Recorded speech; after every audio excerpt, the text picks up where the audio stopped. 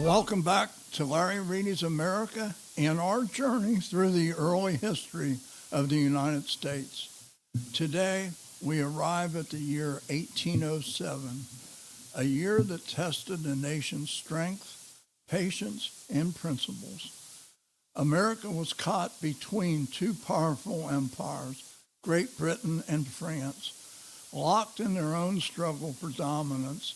At home, Americans witnessed one of the first major federal actions against the international slave trade, the launch of an innovation that promised to transform commerce and a dramatic political scandal involving Aaron Burr. Let's walk through 1807. The United States was still young and vulnerable.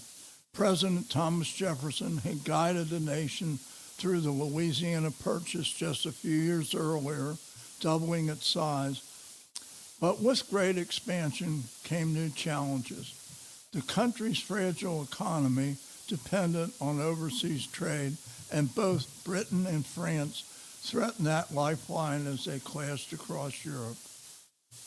One of the defining moments of 1807 came in June when the British warship HMS Leopard attacked the American frigate USS Chesapeake off the coast of Virginia. The British sought deserters from their navy, but instead killed and wounded American sailors. The outrage swept through the country, uniting citizens in anger at Britain's blatant disregard for American sovereignty. Jefferson resisted calls for war, but the event deepened mistrust between the two nations. In response to the British and French aggression on the seas, Jefferson convinced Congress to pass the Embargo Act of 1807. Instead of fighting, America closed its ports to all foreign trade. The idea was to hurt Britain and France economically while keeping America out of the war. Unfortunately, the Embargo Act hurt American merchants and farmers most of all, crippling the very people it was meant to protect. Smuggling exploded along the northern border, and resentment against Jefferson grew. Meanwhile, former Vice President Aaron Burr stood accused of treason. After his infamous duel with Alexander Hamilton back in 1804, Burr's political career collapsed. He wandered westward and became entangled in schemes involving land, Mexico, and perhaps succession. In 1807, Burr faced trial in Richmond, Virginia. Chief Justice John Marshall presided, and despite the government's efforts, Burr was acquitted. The case revealed the difficulty of proven treason and the importance of constitutional protections, even for a disgraced figure. On January 1st, 1808, the United States would officially ban the international slave trade as mandated by the Constitution. But in 1807, Congress passed a law that set this in motion. While it did not end slavery itself, it was a significant step towards limiting the expansion of human bondage. Slave smuggling continued, but legally, the transatlantic pipeline of enslaved Africans was closed. Another major milestone of 1807 came on the Hudson River. Robert Fulton's steamboat, the Clermont, made its maiden voyage from New York City to Albany. Though skeptics called it Fulton's folly, the Clermont's success proved the power of steam navigation. This breakthrough promised to revolutionize commerce by making the river travel faster, and more reliable, opening up vast opportunities for trade and westward settlement.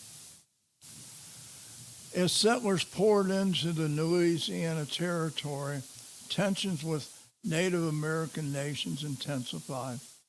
Leaders like Tecumseh, a Shawnee warrior, began uniting tribes in opposition to American expansion. Though open conflict had not yet erupted, the seeds of future battles like the War of 1812 and later frontier wars were already being planted in 1807. Jefferson's presidency entered its final phase in 1807. The popularity he enjoyed after the Louisiana Purchase began to fade. The Embargo Act drew fierce criticism, especially from New England merchants. Federalists seized the opportunity to regain political ground. Jefferson himself was weary of presidency and looked forward to retirement at Monticello, but his decisions in 1807 would define his legacy for years to come. Despite political turmoil, American culture continued to grow. Newspapers spread across towns, fueling debates and partisanship. Schools and academies expanded, reflecting Jefferson's belief in the power of education. Religious revivalism simmered in parts of the country, and literature began to reflect uniquely American themes. The nation was still small compared to European powers, but its cultural identity was taking root. By the end of 1807, Americans stood at a crossroads. Jefferson's embargo policy had angered many. The Burr trial exposed deep division in law and politics. Yet the ban on slave trade and the rise of new technology offered glimmers of progress. The young republic was learning how to balance principles with practicality, and every decision seemed to push it closer to a large conflict with Britain. Well, many flaws in 1807. Jefferson's embargo devastated the American economy while failing to change British or French behavior. The nation's inability to protect its sailors from impressment underscored its weakness on the world stage.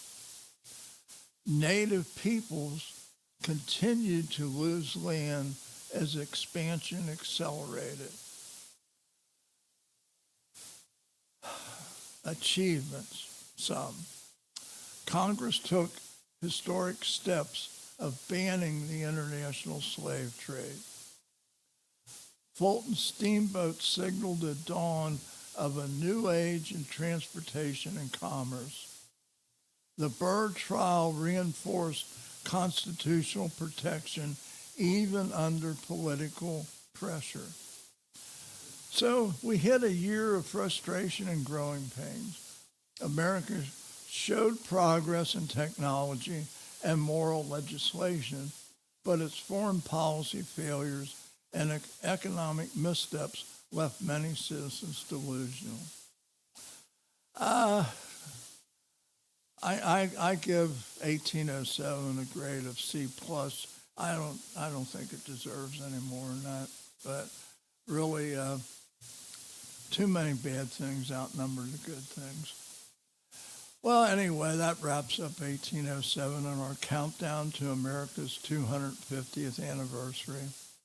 It was a year of ambition, conflict, and uneasy compromise. The Chesapeake Incident and the Embargo Act revealed how vulnerable the nation remained in a world of empires. Yet, Robert Fulton's steamboat and the ban on slave trade hinted at the bold possibilities of America's future.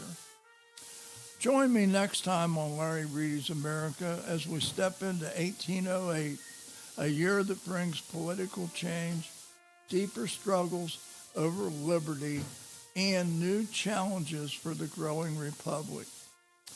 I want to thank you for listening. God bless you. God bless the United States of America. And I will talk to you on the next podcast.